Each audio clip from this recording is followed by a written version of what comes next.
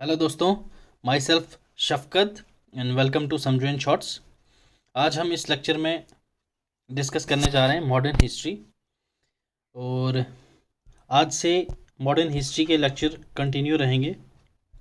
And मैंने M रखा है मार्च तक आपका हिस्ट्री एंड जियोग्राफी दोनों का सिलेबस कवर करवा दूंगा। एंड बाकी सब्जेक्ट्स के भी साइड बाय साइड हम टॉपिक्स कवर करते रहेंगे। और हिस्ट्री शुरू करने से पहले थोड़ा बहुत इतिहास के बारे में समझ लेते हैं कि इतिहास है क्या चीज़, इतिहास पढ़ते क्यों हैं और इतिहास इतना ज़रूरी क्यों है। चाहे मैं हूँ चाहे कोई भी हो, वो हिस्ट्री से हमेशा कुछ ना कुछ सीखते हैं। ठीक है, चाहे कोई भी हो, हिस्ट्री से उनका लिंक हमेशा रहा है। चाहे आप जिस प्लेस पे हों, चाहे आप पढ़ रहे हों या चाहे आप आगे के लिए पढ़ाई कर रहे हों या फिर किसी को पढ़ा रहे हों, एक चीज़ याद रखना, हिस्ट्री अगर आप ज़बरदस्ती पढ़ने की कोशिश करोगे तो समझ नहीं आएगी।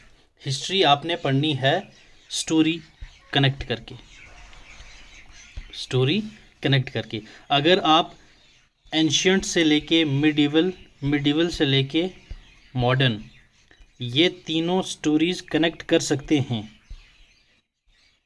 तो ही आपको हिस्ट्री समझ आएगी। अगर आप सोचो कि एंशियंट अलग से, मिडिवल अलग से, मॉडर्न अलग से पढ़ के और थोड़ी सी मगअप या फिर रट्टाफिकेशन करके आपका हो जाएगा, तो वैसे हिस्ट्री ज़बरदस्ती आप पढ़ तो लोगे मगर आपका वैसे एग्ज़ाम क्लियर नहीं होने वाला। अगर आपको एग्ज़ाम क्लियर करना है तो आपको story wise and through mind maps आपको याद करनी पड़ेंगी। ठीक हो गया। और हिस्ट्री, हिस्ट्री क्रिएट जब जब हुई है या फिर इतिहास के सुनहरे पन्ने जब जब लिखे गए हैं, तब हमने दो चीज़ें कॉमन पाई हैं उनमें। एक इजी अप्रोच, दूसरा manage system to unmanaged, then unmanage to managed. हम इंसानों की एक खासियत होती है हमारी ज़िंदगी में या इतिहास में भी, आप उठा के देख लेना, जब जब किसी को प्रॉब्लम हुई है तो उसने हमेशा इजी अप्रोच पकड़ के इजी साइड जाने की कोशिश की है, जो उसके लिए रास्ता आसान होता है।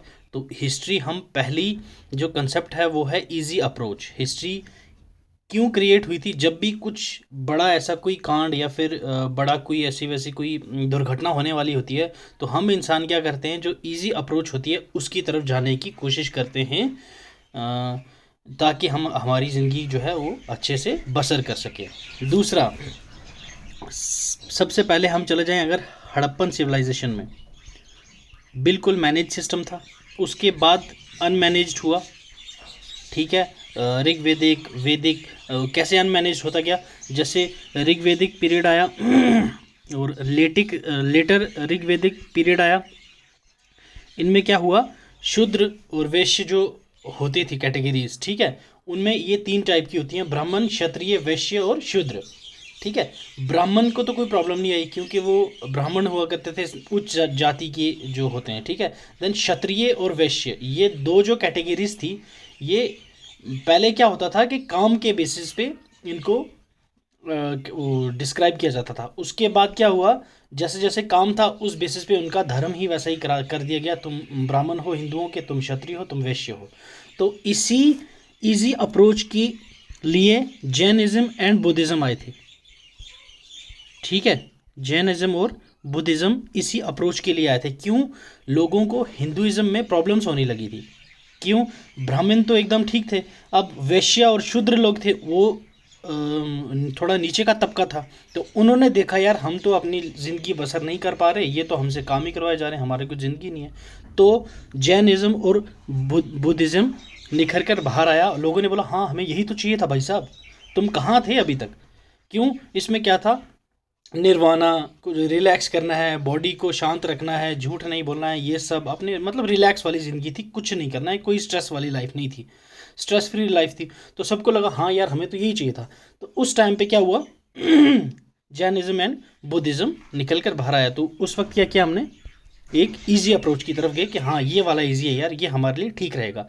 मैनेज सिस्टम, हड़प्पन सिविलाइजेशन कितना मैनेज था, हर चीज़ उसमें मैनेज सिस्टम वाला वो मैनेज्ड थी, हर एक चीज़ मैनेज थी उसमें। देन हम उसके बाद अनमैनेज्ड थे, अनमैनेज्ड हैं आज तक, और मैनेज्ड होने की कोशिश कर रहे हैं बट हुए नहीं हैं। हिस्ट्री में ये दो कंसेप्ट याद रखना हमेशा हमेशा के लिए ठीक है।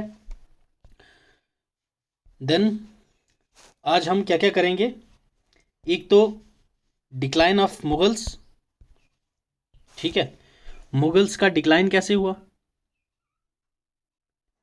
ठीक। उसके बाद हम देखेंगे यूरोपियंस कैसे घुसे,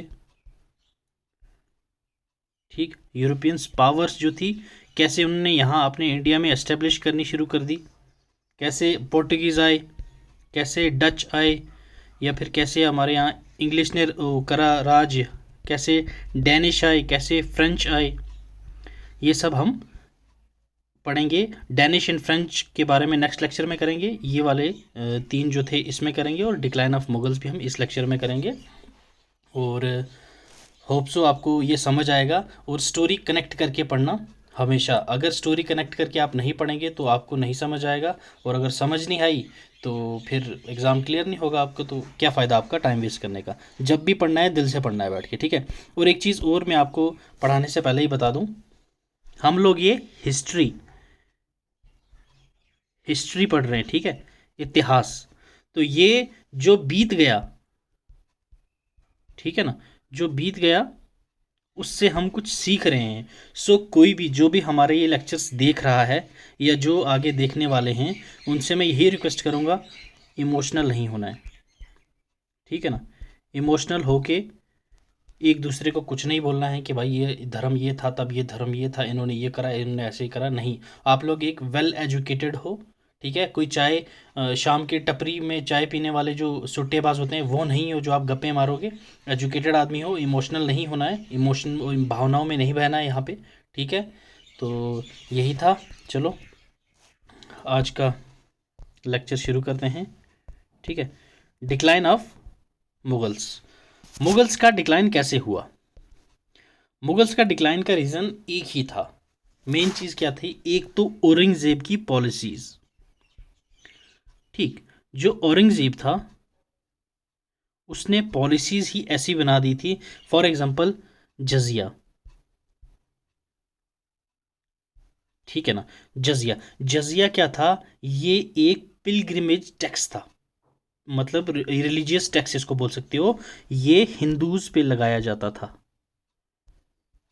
ओके, अब तुम एक बात बताओ, इंडिया में तुम रूल करने आ रहे हो, मैक्सिमम मेजोरिटी हिंदूज की है, ठीक है, उन्हीं पे तुम लोग टैक्स लगाओगे तो कैसे चलेगा भाई साहब, प्रॉब्लम तो होनी है ना, ठीक। एक इसका ये, उसके बाद जब इसकी डेथ हो गई, ठीक, उसके बाद जो लेटर मुगल्स आए वो किसी काम के थे ही नहीं। वो तुम लोग बस इतना समझ लो कि नाम के मुगल राजा रह गए थे, बाकी उनके हाथ में कुछ नहीं था, हर जगह पे अपनी पावर्स खो चुके थे, ठीक। हर जगह पे वो उन्होंने जो अपनी दुश्मनी एड़ ली थी, ठीक है। तो हर जगह पे उनका यही था। इसके बाद जो औरंगज़ेब के बाद नेक्स्ट रूलर आया था बहादुर शाह, बहादुर शाह वन जो आया था, उसकी जब गद्दी पे बैठा था, थ्रोन पे बैठा था, उसकी एज ही 63 ईयर्स थी। तो वो क्या पावर करता, हिम्मत ही क्या थी उसमें, इतना दम क्या रहा, उतना दबदबा ही नहीं था उसके पास, तो वो क्या ही करते। तो इसकी वजह से क्या है, जब औरंगज़ेब की डेथ हो गई, ठीक है, औरंगज़ेब की डेथ होने के बाद लेटर मुगल्स जो थे उनमें इतनी पावर नहीं रही, उसके कारण ये जो मुग़ल एम्पायर था उसका डिक्लाइन होना शुरू कर हो गया, ठीक। तो इसके कुछ रीजंस थे, एक बार देख लेते हैं। मैंने जैसे आपको बताया, वीक सक्सेसर औरंगज़ेब के बाद ये जो बहादुर शाह वन था ये 63 का था तब बनाया था। उसके बाद लेटर जो रूलर्स थे जैसे जहांदार शाह, मोहम्मद शाह रंगीला एंड अहमद शाह, ठीक, ये सब क्या थे, लेटर मुगल्स थे जो इसके औरंगज़ेब के बाद आए थे, बट इनकी कुछ पावरफुल नहीं थी, जो वो एक होता है ना दबदबा होता है किंग का, वो रूलर नहीं थे ये, बिल्कुल किसी काम के नहीं थे। अब जैसे ये मैं आपको बताता हूँ, जहांदर शाह है ये, ठीक। एक बार नोटबुक और पेन निकाल लो, जो जो मैं इंपॉर्टेंट पॉइंट लिखवा रहा हूँ ये लिख लेना। जहांदर शाह 1712 से लेके 13 तक था, ठीक। इसने क्या क्या लाया था, इसने एक तो लाया था इजारा सिस्टम। इजारा सिस्टम, इजारा सिस्टम होता है रेवेन्यू सिस्टम। और इसने एबॉलिश करा था जजिया। ओके, जजिया जो कि औरंगजेब ने लगाया था, याद रखना। ये कौन था, जहांदर शाह। देन उसके बाद आ जाता है हमारे पास ये मोहम्मद शाह। मोहम्मद शाह को हम लोग रंगीला के नाम से भी बोलते हैं, ठीक है। मोहम्मद शाह या फिर रंगीला। रंगीला इसको क्यों बोलते थे, क्योंकि ये काफ़ी रंगीन मिजाज आदमी था, ठीक। पोइट्री वगैरह पसंद करता था, अपने वहाँ पे डांस वगैरह की करता था, कंसर्ट वगैरह रखवाता था। ये सब इसके मैक्सिमम काम थे। तो इसके दो इम्पोर्टेंट पॉइंट हैं, ये चीज़ याद रखिएगा आप। एक तो इसने सैयद ब्रदर्स को मरवाया था, ठीक है। सैयद ब्रदर्स को इसने क्यों मरवाया था, क्योंकि सैयद ब्रदर्स का एक इतिहास था। वो जिसको भी किंग बनाते थे, ये किंग मेकर थे, ठीक है। सैयद ब्रदर्स को किंग मेकर कहा जाता था। ये जिसको भी किंग बनाते थे, उसके बाद जब वो उसकी बात नहीं मानता था तो उसको ये सैयद ब्रदर्स मरवा देते थे। जैसे कि आपके पास एग्जांपल है फारूक सियार। फारूक सियार को सैयद ब्रदर्स ने ये किंग बनाया, ठीक। किंग बनाने के बाद जब उसने उन्होंने देखा कि हमारी बात नहीं मानो, तो फारूक सियार को इन्होंने मरवा दिया, ठीक। तो मोहम्मद शाह ने देखा यार ये तो वैसे बंदे हैं, अब मेरी बारी भी एक दिन आएगी, तो इसने इनको मरवा दिया, सईद ब्रदर्स, ठीक। दूसरा था 1724 में इसने फाउंड करा था हैदराबाद, याद रखना, ठीक है। 1724 में मोहम्मद शाह ने क्या फाउंड करा था, हैदराबाद। ओके, याद रहेगा ये कुछ इम्पोर्टेंट थे। उसके बाद एक और है अहमद शाह। अहमद शाह का कुछ भी नहीं है, ये इसको जो क्वीन थी उद्दम बाई, ठीक है ना, क्वीन जो थी उद्दम भाई, उन्होंने इसको टाइटल दिया था किबला ए आलम। किबला ए आलम, ये एक पेपर में आ चुका है क्वेश्चन, इसलिए मैंने आपको ये चीज़ लिखवाई है, ये चीज़ नोट कर लेना। क्वीन जो थी उद्दम भाई, उसने इसको टाइटल दिया था किबला ए आलम। ओके, ये कुछ लेटर मुगल्स थे, जो इतना कुछ दम वम नहीं था इनमें, ठीक, जिनकी वजह से डिक्लाइन हुआ मुगल का। देन वॉर सेक्सेशन की वजह से, जो वॉर सेक्शन थी वो कंटिन्यूसली होते रहे। राजपूत, मराठास, ठीक है ना, और गोंडवानास, जो गोंड्स होते थे, उन सब ने मौका उठाया, देखा यार ये तो वीक हैं, तो ये क्या ही कर लेंगे, तो इनके पास कुछ वॉर के लिए कुछ था ही नहीं, तो इसलिए इनको धीरे धीरे अपना थ्रोन छोड़ना पड़ा, ठीक है। देन अपने पास आ जाता है ये invasion of Nadir Shah and Ahmad Shah Abdali. Nadir Shah और अहमद शाह अब्दाली का इन्वेजन कब हुआ था, ये हम लोग देख लेते हैं पहले, कि नादिर शाह का इन्वेजन जो हुआ था 1738 से और 1739 के बीच हुआ था, ठीक। पहले हम लोग देख लेते हैं नादिर शाह 1738 से लेके 1739, ओके, 1739, ओके। इस बीच में इनका क्या हुआ था कि इन्वेड किया था किसने, नादिर शाह ने, और इसने कंक्वर्ड किया था, क्या किया था, लाहौर, और डिफीट किए थे मुगल्स, कहाँ पे, करनाल में। किसने, नादिर शाह ने। एक तो लाहौर कंक्वेयर किया था, और दूसरा इसने डिफीट किया था मुगल्स को, कहाँ पे, करनाल में, कब, 1739, 38 से 39 के बीच में इसने अपना ये किया था, वो ये इन्वेजन्स की थी, लूटपाट की थी इंडिया में। और एक तो लाहौर इसने कंक्वेयर कर लिया था, और डिफीट किसको किया था, मुगल्स को, कहाँ पे, करनाल में, 1739 में। इसने लूटा क्या क्या था, एक तो peacock throne, then Kohinoor, and 70 70 crore rupees, ठीक है, 70 करोड़ रुपीस ये लूट के गया था। कौन? नादिर शाह। ये चीज़ याद रखना, नादिर शाह की, ठीक है। उसके बाद आया था कौन, किसने इन्वेट किया था? अहमद शाह अब्दाली। अहमद शाह अब्दाली कौन था? ये सक्सेसर था किसका? नादिर शाह का, ठीक है। और इसने 1757 में मुगल से दिल्ली कैप्चर कर लिया था, कैप्चर्ड दिल्ली, ठीक। और हाँ, 1761 में इसने बैटल ऑफ पानीपत लड़ा था, ओके, बैटल ऑफ पानीपत। किसने? अहमद शाह अब्दाली ने। और अब्दाली ने हराया था किसको? रघुनाथ राव। याद रखना ये चीज़, अब्दाली ने किसको हराया था बैटल ऑफ पानीपत में? रघुनाथ राव। तो ये था इस ये वाला, okay. Then Mughals neglected the development of navy. Main चीज़ क्या थी? कोई भी रूलर हो, कोई भी पावर्स हो, उनकी नेवल पावर होती थी, ठीक। इकलौते मुगल्स ऐसे थे जो धरती पर, ज़मीन पर सबसे ज़्यादा ताकतवर थे। इनके पास पावरफुल वेपन्स होते थे, सब होता था। जब लेटर मुगल से पहले जब पावरफुल या स्ट्रॉन्ग ये रूलर होते थे मराठा के, तब इसके मुगल्स के, तब, ठीक है। आज की डेट में इनके पास नेवल पावर एकदम ज़ीरो थी। और जैसा जैसा टाइम बढ़ रहा था तो क्या है, यूरोपियंस भी इंटर कर रहे थे, तो यूरोपियंस के पास पानी से आ रहे हैं, तो मतलब मैरी टाइम या फिर नेवल उनकी पावर काफ़ी स्ट्रांग होगी। कितने यूरोप से लेके इंडिया में आ रहे हैं, तो इतना बीच से ट्रैवलिंग करना, तो नेवल पावर स्ट्रांग होगी तभी तो आए, ठीक है ना।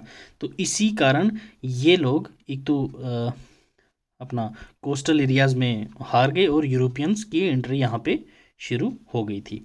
और जो इनकी ट्रेजरी थी, पैसा वैसा, ये भी ख़त्म हो रहा था धीरे धीरे। तो मुगल्स कहाँ से कर रहे थे? ये मैंने बताया था, औरंगज़ेब की पॉलिसीज़ जो थी उसकी वजह से ये पहले से ही ड्रेन हो रखे थे, तो कहाँ से करते ये, ठीक है। देन औरंगज़ेब के जो डेक्कन में कंपेन था, किसने किया था? डेक्कन वाला एक एरिया आता है, ठीक। डेक्कन वाले एरिया में इसने अटैक कर दिया था। तो इसने सोचा मैं इन पे अटैक करूँगा, ये हार जाएंगे और ये जगह भी मेरी एक्सपैंड हो जाएगी एंड पावर भी आ जाएगी मेरे पास। बट ये हुआ नहीं, इसका अपोजिट हो गया। यहाँ पे ये हार गया और मराठास ने और बिडार गोंड जो थे, इन्होंने इसको हरा के एरिया कैप्चर कर लिया, ठीक। और ये जो था अपना ऑलमोस्ट सारी सपोर्ट ये अपनी लॉस्ट कर चुका था। सारे रूलर जो इसकी सपोर्ट में थे वो भी इसको छोड़ के जा रहे थे। इनको पता था यार इनके साथ रह के कोई फ़ायदा तो है नहीं। और दूसरी तरफ west west part of India में मराठास जो थे वो राइज कर रहे थे। महाराष्ट्र वाले एरिया में मराठास जो थे वो अभी धीरे धीरे राइज कर रहे थे।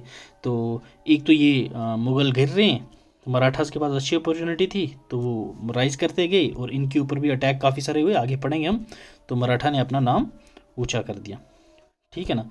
रिलीजियस पॉलिसीज़ जो थी, ठीक, मैंने बताया जजिया जो था हिंदूज़ पे लगा दिया था उसने। मेजॉरिटी तो यहाँ पे हिंदूज़ की है और उनसे ही तुम पैसा ले रहे हो वहाँ रहने का या फिर कुछ करने का, तो कैसे चलेगा। तो अब मुगल्स में जो था एडमिनिस्ट्रेशन में करप्शन काफ़ी हो गई थी। कुछ भी काम होगा या फिर कुछ भी हो रहा था तो उसमें क्या, पब्लिक एडमिनिस्ट्रेशन वाले जो भी थे तो वो क्या, ये करप्शन, पैसा चलाओ, हर एक ब्रांच में घुस गई थी क्या, पैसा। तो डिक्लाइन जो था इसका, ये सोशल, इकोनॉमिक और पॉलिटिकल एंड इंस्टीट्यूशनल फैक्टर, सारे फैक्टर्स घुस गए थे, तभी जाके इनका डिक्लाइन हुआ। तो होप सो आपको ये अच्छे से समझ आया होगा। और मुग़ल रूलर जो इम्पोर्टेंट थे मैंने आपको बता ही दिया है, ठीक है ना। औरंगज़ेब जो था, औरंगज़ेब एक बार मैं बता देता हूँ आपको। औरंगज़ेब 1658 से लेके 1707 तक रूलर था, ठीक है ना। जब 1707 में उसकी डेथ हुई तब एंड ऑफ मुग़ल एरा आ गया था, ठीक है ना। उसके बाद सबसे लॉन्गेस्ट स्पेल किसका था? ये औरंगज़ेब की, मतलब स्ट्रॉन्ग पावर वालों के बाद जो भी पावरफुल एक आया था जिसका सबसे ज़्यादा टेन्योर रहा था, वो था मोहम्मद शाह, जिसको मैंने बताया था रंगीला, ओके। उसने 29 ईयर्स तक राज किया था, ठीक, क्योंकि उसने सैयद ब्रदर्स को मरवा दिया था। अगर सैयद ब्रदर्स को नहीं मरवाया होता तो आज तक ये खुद ही घिस पिट रहा होता बेचारा, ठीक है ना, इसको भी मार ही दिया होता। तो ये था 1719 से लेके 1748 तक। ठीक, विद दिस आपका ये जो है डिक्लाइन ऑफ मुगल्स, होप्स आपको क्लियर हो गया होगा। एंड लास्ट में मैं आपको माइंड मैप्स के थ्रू इन शॉर्ट्स समझाऊंगा कि क्या हुआ था, क्या स्टोरी थी, शॉर्ट में एक शॉर्ट बेस्ड 2 मिनट वाली स्टोरी जो होती है वो वाला समझाऊंगा। ठीक, ये हो गया क्लियर। चलो हमारी नेक्स्ट टॉपिक पे बढ़ते हैं। अगला टॉपिक है advent of Europeans. Okay, basically Europeans जो थे वो इंडिया आए क्यों थे?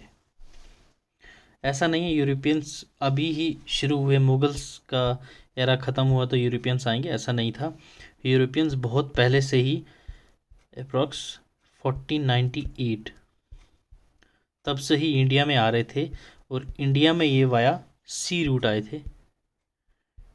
ठीक, इन्होंने इंडिया ही क्यों चुना? ठीक है, मेन क्वेश्चन आता है इंडिया ही क्यों चुना। इंडिया में एक तो स्पाइसेस बहुत ज़्यादा थी,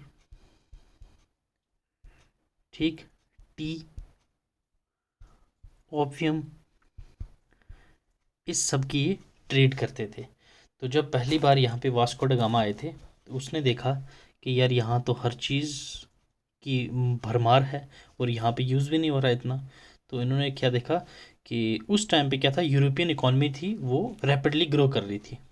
ठीक है, तो वहाँ पे लग्जरी गुड्स की डिमांड थी। ठीक है, मीट की सप्लाई इंक्रीज़ हो रही थी और मीट को प्रिजर्व करने के लिए स्पाइसेस चाहिए थे। तो इसके लिए यूरोपियंस ने उस वक्त यहाँ पे ट्रेड करना शुरू करा। ठीक है, पहले यूरोपियन क्या आए थे, कमर्शियल के लिए, कमर्शियल कामों के लिए। ठीक है, इंडिया में आए थे, काफ़ी लंबा हिस्ट्री मैंने तुम्हें बताया इसके लिए। देन उसके बाद कमर्शियल इंटरेस्ट जब धीरे धीरे इनका पास होता रहा, धीरे उन्होंने दे पॉलिटिकल अफेयर्स में भी घुस गए। फिर उन्होंने धीरे धीरे कॉलोनीज अपनी शुरू करी, कॉलोनीज जैसे ही डेवलप करी तो उसके बाद यूरोपियन पावर्स यहाँ पे अपना, इंडिया पे अपना रूल वगैरह जो था वो सेटअप कर दिया उन्होंने। ठीक, तो ये यूरोपियन जो आए थे 5 आए थे। ठीक, Portuguese, Dutch, east India company, Danish and French. Okay, ये 5 आए थे। चलो सीक्वेंस वाइज इनको हम देख लेते हैं। पोर्टुगीज़, ठीक, पोर्टुगीज़ इंडिया में आए थे 1948 में। पहला बंदा कौन था इनका, वास्को ड गामा जो आया था। उसको रिसीव किसने करा था, जमोरिन ने, हिंदू रूलर था। ठीक है, और इसने अपनी पहली फैक्ट्री कहाँ सेट की थी, कैनेनौर में। ठीक, और 510 में गोवा कैप्चर किया था किसने, अल्फोंसो डी अल्बुकर्क। ये गवर्नर था, ये सेकंड गवर्नर था। ठीक, सेकंड गवर्नर था पोर्टुगीज़ का। ओके, देन हमारे पास आ जाते ये। ओके, फ्रांसो डी अल्माइडो, ये फर्स्ट गवर्नर था। ठीक है, सेकंड मैंने आपको बताया। ओके, हाँ, अल्फोंसो डी अल्बुकर्क ये सेकंड गवर्नर था। ये फर्स्ट गवर्नर था किसका, पोर्टुगीज़ का। और इसने एक पॉलिसी लाई थी, पॉलिसी ऑफ ब्लू वाटर। मतलब ज़मीन पे आप ताकतवर हो ना हो ये मैटर नहीं करता, बट आप पानी में ताकतवर होने चाहिए। इंडियन वाटर्स में आप ताकतवर हो तो आप रूल कर सकते हो इंडिया पे। ये किसने कहा था, फ्रांसो डी अल्माइडा ने। ओके, ये जो सेकंड था अल्फोंसो डी अल्बुकर्क, ये सेकंड वाला था 1509 से 1515 तक। ओके, एंड 1510 में इसने, सेकंड वाला था, इसी ने ही 1510 में ही गोवा कैप्चर करा था बीजापुर से। उसके बाद से गोवा जो थी कैपिटल थी पोर्टुगीज़ की। ओके, और अल्बुकर्क जो था इसी ने ही कोचिन में फोर्ट बनाया था, याद रखना। और इसी ने ही इनकरेज किया था लोगों को कि मैरी इंडियन वुमेन, ताकि हम लोग इंडियन वुमेन से शादी करेंगे तो उनको क्रिश्चियन बनाएंगे। तो पोर्टुगीज़, डच जितने भी आए थे यूरोपियंस, उनका मेन एम यही था कि अपनी क्रिश्चियनिटी को फैलाना। ठीक है, इसने कैप्चर करा था मलक्का और सेलोन, सेलोन हम तब श्रीलंका को बोलते थे। ऑलराइट, तो ये थी अपनी कुछ पोर्टुगीज़ की। और पोर्टुगीज़ का एक दो बंदे और भी हैं जो मैं तुम्हें इंपॉर्टेंट बता देता हूँ। एक था नीनो डी कुन्हा, जो 1529 से 38 तक रहा था। उसने गोवा से कैपिटल शिफ्ट कर दी थी कोचिन, ठीक है। और उसने ड्यू भी, डमन एंड ड्यू जो था ना, अब ड्यू अलग था, ड्यू भी ऑक्यूपाई किया था किसने, नीनो डी कुन्हा ने। और नीनो डी कुन्हा ने ही बहादुर शाह जो था उसको 1537 में मारा था। ओके, देन हमारे पास आ जाते हैं डच, ठीक है। पहले पोर्टुगीज आए थे, देन हमारे पास आए थे डच। डच कब आए थे, 1596 में, ठीक, 1596 में आए थे। और 605 में इन्होंने अपनी पहली फैक्ट्री सेटअप की थी, कहाँ, मसूलीपट्टनम में। और इनमें ज़्यादा और कुछ भी नहीं है। और डच और एंग्लो इंडियन जो थे, ईस्ट इंडिया कंपनी वाले, इनके बीच में काफ़ी सारे तनाव थे, लड़ाइयाँ होती रहती थी। तो एट द एंड, ठीक है, at the end battle of Bedara हुआ, जिसमें इंग्लिश ने डच को हरा दिया। और इनके बीच में एक ट्रीटी हुई कि ये जो हैं डच वाले इंडिया से विड्रॉ कर देंगे अपनी पावर्स, और ब्रिटिशर्स जो हैं वेस्ट इंडीज़, ठीक है, वहाँ से विड्रॉ कर देंगे अपनी पावर्स। मतलब डच वाले अब वहाँ जाएंगे, ब्रिटिश वाले इंडिया पे राज करेंगे। ये इनके बीच में ट्रीटी हुई थी, ठीक है। और पुलिकट जो थी, ये पहले इनका मेन सेंटर हुआ करता था, बाद में उसको रिप्लेस करके इन्होंने अपना मेन सेंटर बना दिया नागापट्टनम। ओके, ये थे डच। डच इतना इम्पोर्टेंट भी नहीं है। जो सबसे ज़्यादा इम्पोर्टेंट है वो है advent of English, east India company, ठीक है। अब ईस्ट इंडिया कंपनी, इन्होंने देखा यार, इंग्लैंड वालों ने देखा सभी जा रहे हैं अपने यहाँ से धीरे धीरे करके, सब अपना इंडिया में जाके फ़ायदा उठा रहे हैं, तो हम क्यों नहीं, ठीक है ना। तो अब इन्होंने देखा चलो हम भी देखते हैं कुछ।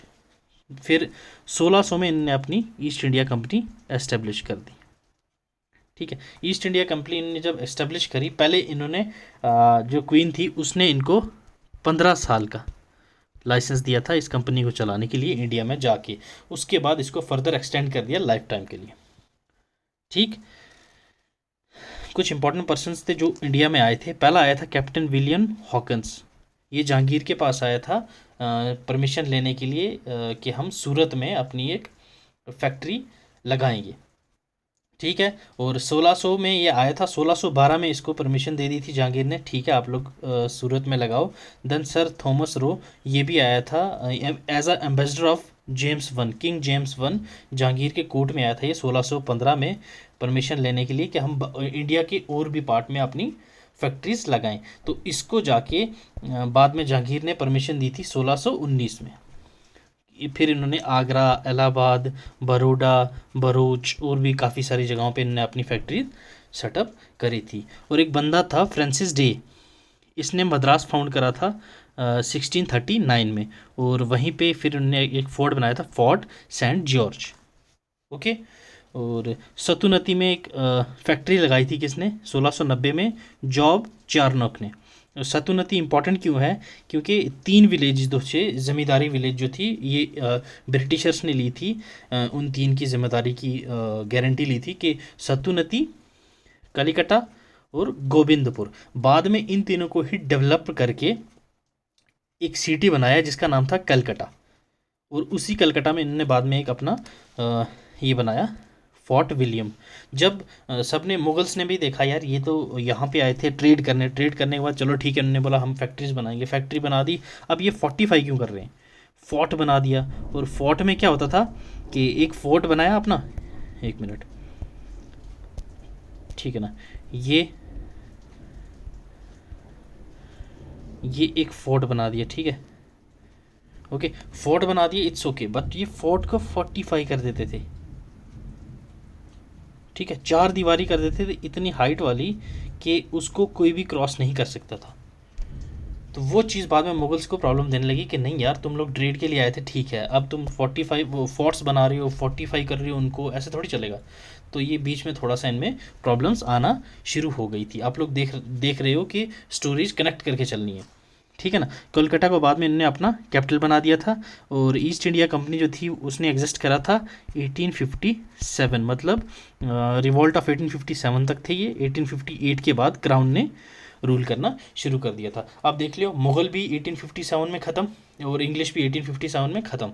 तो दोनों का जो था टेन्योर 57 तक था। ये दोनों एक दूसरे के पैरेलल चल रहे थे।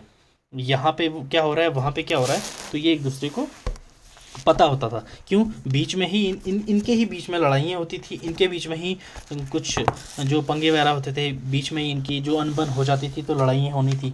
ठीक, वही ट्रीटीज़ करके फिर अपने एक दूसरे को सुलझाते थे। जब इनने देखा मुगल्स गिर रहा है, तो इन्होंने अपनी अच्छी खासी सेटअप इंडिया में कर दी। जब लोगों ने नहीं देखा, नहीं यार हमारे भी खिलाफ हो रहा है कुछ, हम भी नहीं ठीक ठाक रह रहे हैं, तो फिर ब्रिटिशर्स का भी अंत हो गया 1857 में। उसके बाद किस्सा इनका ख़त्म नहीं हुआ, इसके बाद क्राउन रूल आ गया। इंग्लैंड की जो रानी थी वो राज करेगी, उसके बाद से ये शुरू हो गया था। ठीक है, ये थोड़ा इम्पोर्टेंट है, इसकी एक बार मैं आपको डेट वाइज बता देता हूँ, किसका, इंग्लिश वालों का। ठीक है, 1600 में इन्होंने ईस्ट इंडिया कंपनी एस्टेब्लिश करी थी।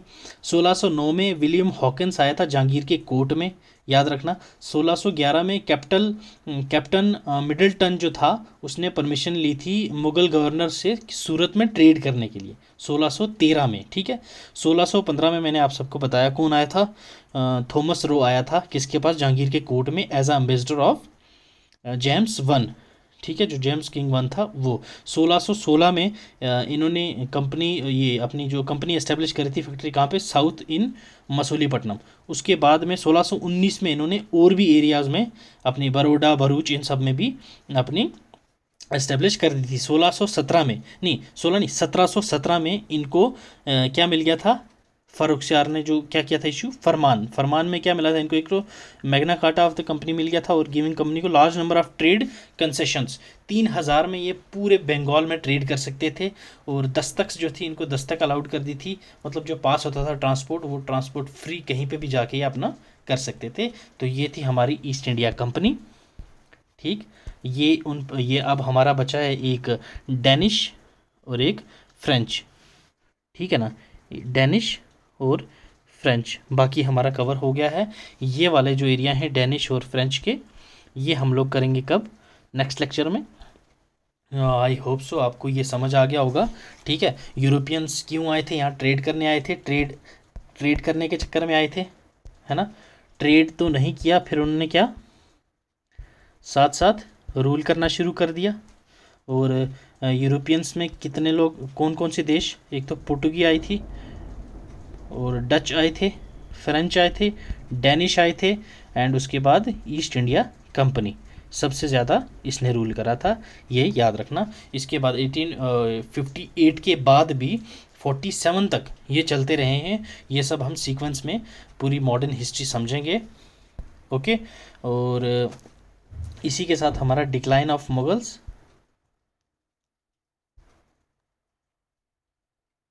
ठीक है, और एडवेंट ऑफ यूरोपियंस